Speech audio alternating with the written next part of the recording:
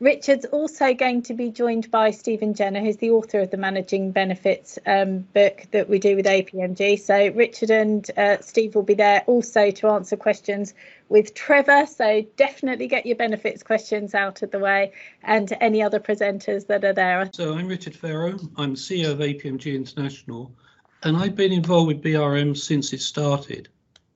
I had a meeting with Aaron probably 10 years ago, when it was just an idea in his mind, and what a great thing it is, the way it's grown over that decade to the range of people, the force of influence it now has around the world. I also wrote a book called The Relationship Manager back in 1995 with a guy from IBM, but unfortunately I didn't spot the growth that was likely to come from it, and I believe it's about a penny on Amazon if you can find it. So that's me. Steve? Hi guys, I'm Steve Jenner. I was an ex-civil servant. I worked in government, large IT programs, multiple things like that, senior civil servant for quite a few years. I left. I kind of work in the big project portfolio management space, benefits management space. I wrote, co-authored management of portfolios when that was with APMG. And then obviously managing benefits management, kind of the other area I mainly work in. As Richard said, I mean, I was involved in the exam scheme of this qualification, and what kind of struck me was it's way beyond IT, and it's interesting. I teach a course into Australia, university in Australia, which is about improving supplier relationships.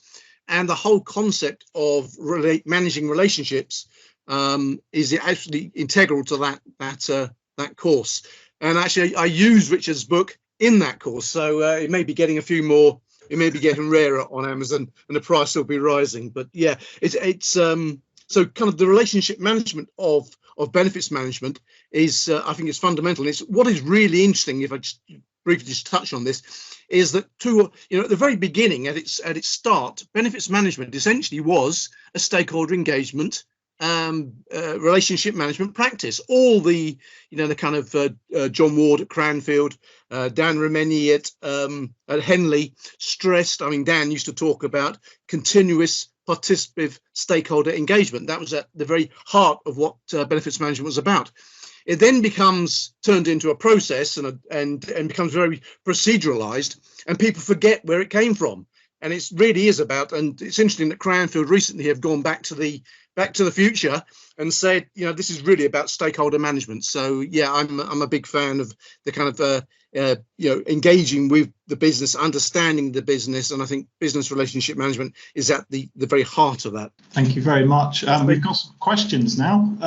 So one of the questions from Martin is, what was one of the biggest mistakes you've made as a BRM? So obviously, if you've not necessarily been a BRM, just maybe a big mistake involving stakeholders or relationships or something you're happy to obviously confess to. I'm not sure about it's a big mistake, but it echoes something that Aaron said yesterday, and that was to resign from a role with nothing to go to because you knew it wasn't going to work. So my project was a construction project, and no, it was actually sacked, not resigned. I have to retract that. So there's a project down in London Docklands as part of the London Docklands Development Corporation, and we had to build this school, sixth form college. And as always, the construction project's running late. So we had to make a decision to put the foundations in before we'd sorted out the superstructure. So I had to get this signed off by the property director and the finance director in the corporation. And I got them in a room and I got the decision. And then 4 weeks later, I was sacked because I made them sign a piece of paper to confirm it was their decision. But at the end of the day, you can't be a week late with a school. You're going to be a year late or a term late. And there's just these occasions in life when you actually say, whatever I do, I think the jargon will be I'm stuffed. So you do the thing that your principals think is the right thing. So I don't know if that's a mistake. It was certainly a bit difficult going home and saying I haven't got a job because I forced these two guys to do something. And of course, no one admitted it was related. So that's my start of it then. Yeah, I'm not going to. God, mistakes. Yes, I've made a few. I think the kind of one of the things I talk about in the training that I do is about be aware of the devil inside. And we tend to think there's good things to do and there are bad things to do. And of course, I don't do any of the bad things. I only do the good things. And yet you scratch the surface. And I often talk about theory X and theory Y. You know, theory X is the kind of everyone's a lazy sod. And the only way you get on is by coming down hard on people and threatening them and having consequences. And the theory Y is a more enlightened view, perhaps, of human nature. And I say the trouble is we all think we're theory Y, and then you scratch the surface and the old theory X person pops out. And of course, I'm talking about myself primarily. So what I'm aware of, there is this devil inside. And, you know, at work, we often have, we have assumptions. We reach assumptions very rapidly. Now, and sometimes they're right and sometimes they're wrong. I'm aware that, you know, if you're not aware of this fact, you then look for evidence to support, you know, your assumption that, you know, Dan is a bad guy or Dan is a good guy or whatever. And you're caught by it. And I think it's, you know, it's a mistake I continually make. And I'm continually reminding myself, look, you've really got to be very careful about first assumptions and just, you know, and be open to the fact that you may have made a mistake on your first assessment. Can I hand over to Anthony quickly, because I'm aware Anthony needs to leave shortly. Sorry. Yeah. Apologies, I do need to jump. So I guess mistakes. So I've made plenty of mistakes, as I'm sure everyone has. But for me, it's about how do you learn from those mistakes. And I guess, you know, a good example is, and I've already mentioned a few, you know, how do you manage stakeholders, the conversations you have, how do you take people on the journey, you know, and a good example maybe of where I've made some mistakes in my career. You know, I actually I won't answer the question necessarily. What I will say is I've always owned the mistakes that I've made is the best way to describe it. So, you know, every judgment I've made, I've lived with. If it's been the wrong decision, I know I made that decision. You know, I spend a lot of time kind of in my gut. If something doesn't feel right, don't do it. I've been offered lots of roles in the past and told if I don't take the role, then I haven't got a career. Well, guess what? I didn't take the role and I've still got a career. So, you know, I think live with the decisions you make would probably be my more profound answer to the question. And be comfortable doing that because they're your mistakes and you learn from them and you won't make them again if they weren't the right decision. And with that, I am going to jump and I'm not flying in the sky. I know it probably looks like I am at the moment. But, Anthony, thank you so much for joining us today. We really, really appreciate your benefit, you know, your insights and wisdom into this. Thank you. All right. Good luck, everyone. Bye. Thank you. Trevor, over to you. Mine's really related to what Stephen said as well about assumptions. In my past life, I was a project manager for a large IT company, and I was in charge of a large ERP rollout. I wasn't part of the sales part or the contracting part, but I went in to an organization where there were all these expectations flying around of what the system was going to do for the business, all these promises. And I walked in there with a project plan thinking, this is what we need to do. And I kept getting looks from everybody because they weren't seeing the value coming through that had been promised by the sales guys. And I think that was, you know, it all ended badly. Well, for me anyway. But it really came down to that bit of they were almost missold on the promises. And then the capability that was part of the delivery didn't live up to those promises. So there was nothing I could have done, but I needed to go because I was symbolic in that. And I think that, you know, the lesson for me was, and that's why I'm in doing what I do now, is that understanding what the business expects and needs, to what the capability of IT and process change and so on can deliver, that they actually marry. And if not, it needs to be called out. And otherwise, there's some angry emotion and other things that come out. So that's my biggest share, really. And that's why I'm where I am. So it's quite a life-shaping event. So I did learn a lot from it. So grateful for that. Thank you, Trevor. We've got another question in the chat. which is is from Simon Cook, and it's lots of colleagues think they know how to do IT themselves. What do BRMs do about challenging shadow IT? So it's basically, how do you deal with a business when it's gone rogue? Is the kind of question. Is there anyone more suited to answer that? Because we don't have shadow IT, because we allow people to have whatever IT they think will work for them, and then we control it quite hard. So I can't really answer the question. Have we got other panel members that have been on previously that would like to step up and answer that question? So lots of colleagues think they know how to do IT themselves, but what other BRMs do about challenging shadow IT? Well, I used to work in criminal justice. So, I was surrounded by people who thought they knew how to do ITs. I mean, some of them presumably did. The trouble was, we ended up with a whole, the police were buying their own case management system, the Crown Prosecution Service were buying their own case management system, the courts were buying their own case management system. I think ultimately it's a question of governance. If you haven't got I don't think it's a BRM issue. I think it's a governance issue. If the governance in your organisation doesn't call that out and doesn't hold people accountable for that, if you have an organisation, I mean, it's Bob Cooper in Canada talks about, in my world of portfolio management, says the difference between the winners and the losers isn't the winners do it and the losers don't. He said the winners do it, but they do it consistently. That's the difference. And what you do see in many organizations is a kind of a process that people think doesn't apply to them. They think, this is the process that applies to everyone else. The bad guy, like Richard, needs to be controlled, but I'm okay. I can do what I like. No, there has to be a consistent process for the organization as a whole. As Richard says, if you have a laissez-faire approach, that's fine, as long as everyone knows that, and then you control it once people choose the IT they want. If, however, you've got an organisation where you've got different parts of the organisation developing their own IT solutions to similar problems, I would suggest that's probably not the best way to go. But ultimately, it's not for any individual. I think it's a governance issue for the organisation.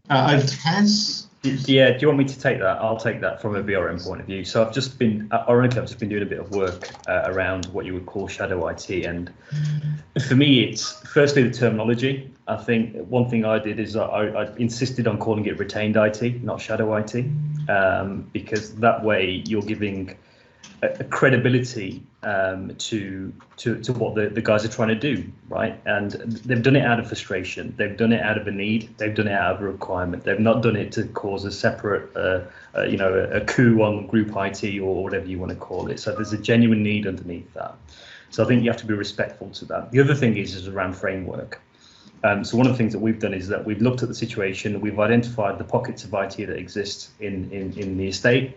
And we know that as we move into more of a SaaS world, you're going to get retained IT, right? People can just buy solutions, services, software by whacking their credit card into a system. And our job then as BRMs becomes what Anthony was saying around things like risk, right? So when you're talking to your IT colleagues who've got a shadow IT team, speak to them about compliance and making sure that they've got the right framework around them to help them thrive. So our job as IT professionals in this context is around enablement. It's not about us being IT and you cannot touch any systems yourself. We have to change our mindsets around how we tackle these problems, because without it. Thank you. The next question is, what is one of the biggest piece of advice or lessons you've learned that you'd give to someone starting out in their kind of early career, or maybe trying to make their next move? And that's from Hannah Cooper. I think I'd probably support Anthony's comments when he spoke about his career, and that is to get as much experience and varied experience as you can early on in your career. You'll never get it right. I think anything is a success only when you look back in hindsight. You can't plot these things out, because opportunities arrive, events arrive, and that sort of throws you off course. But I think, while you're setting out, get as much experience in as many different parts of the organisation, in many different organisations, maybe public and private sector, before you settle down, because the world's changing so fast. And, if you align to one career, then you have a problem. I started life as a civil engineer. My main career area was tunnels, but then they stopped building tunnels. What do? You're a tunneler. you're in a box as a tunneler, and you're then stuck in that box. So variety would be my suggestion. Yeah, I always use a capital T shape to think about the skills profile of anybody who I talk to, and across the top of the T, that's your generic skills. So what are all the layers of that capital T? And then the bottom of the T is all your deeper expertise knowledge. So whenever I talk to anybody, it's like, you've got to develop your T. You've got to get the general crossbar skills of analysis, understanding, conversations, people, but also your deeper things into technology, into finance, into running workshops or whatever. So it's really understand your T where you are now, and the T that will fit to where you want to get to as well, your general and your specific. So that's my main take. I think I would echo something that Richard said, that the route only becomes clear in hindsight. You look back and you say, wasn't I clever moving from here to here to here, developing that? But you never did it at the time. You didn't know you were doing it. So the path becomes clear. So don't try. No. I think be aware that opportunism, informed opportunism, is often very effective. I think the point is to take a long-term view. Quite often people are kind of, I used to meet people, they join the civil service and they say, well, I want to be a permanent secretary in 3.5 weeks. And you think, what planet do you live on, for Christ's sake? And so I think, don't think it's going to happen tomorrow. I suppose the other thing, the real key for me is sometimes in life, it's very easy to take the easy route. Don't try to solve big problems. Don't take on the big challenges. Challenge comes along. Oh, I'm not sure if I'm ready. I'd say take it and, give it your best shot. Give it everything you've got, because you've only really got one chance. And I always say to people, when you retire, we're all going to retire at some point. You don't want to look in the mirror and say, I wish I had. I wish I'd tried this. I wish I'd tried that. Just try it while you've got the opportunity. I think, no regrets. If you try and fail, so what? But the worst thing is not even to try. So try. Change the world. That's absolutely brilliant advice, and very inspirational as well. It makes me want to go and try something new. You should do. Absolutely. Which I shouldn't really be saying on a BRM conference, but of course it would be in the line of BRM, of course. Have you, have any of our delegates got any kind of top tips for starting out in BRM that you could flag up? I think one of the things we're missing here at the minute is Jeremy Byrne is a practicing BRM and a trainer. He did a great webinar, in fact, with Pez a while ago, which I'll share with everybody. What would be great if Jeremy was here is he could give that point of view from both sides, but he's unfortunately had a bit of a family crisis, so he can't be here with us at the moment. But Jeremy Byrne is a really good person to get in touch with that. Can I ask that question in a slightly different way, probably for Bubs and Jag, because I can see them on my screen, and Anna as well, as practicing BRMs. When you became a BRM, what was your first immediate insights? What would you tell yourself now from when you first walked into that door as a business relationship manager? And Jack as well, actually. Sorry, I forgot Jack. You're practicing BRM as well. Yeah, so Pez, for me, kind of one of the first things was I took on the role on an interim basis while I was still doing my previous role as a systems officer. So I was Mr. Shadow IT, if you like, because we were a decentralized kind of, we had a central IT team, but they just delivered the kind of core stuff. And obviously cloud was sort of coming into the mix, and I liaised with IT, had a low-code platform, and I was knocking out all of these apps that were supporting my business area that I was kind of housed in. So that was my kind of old role. And then this big transformation process came along to kind of centralize IT.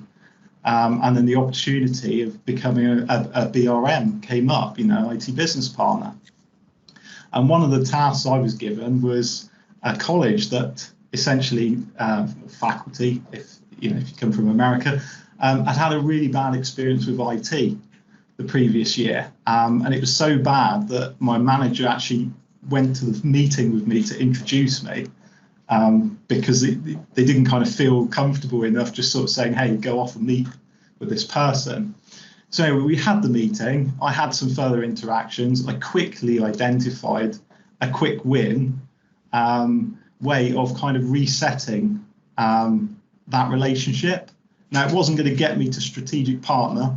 It was very kind of operational, and it was essentially about kind of making sure all of the new starters had their kit at the start of term, whilst there was building works going on all the way through and actually beyond the start of term.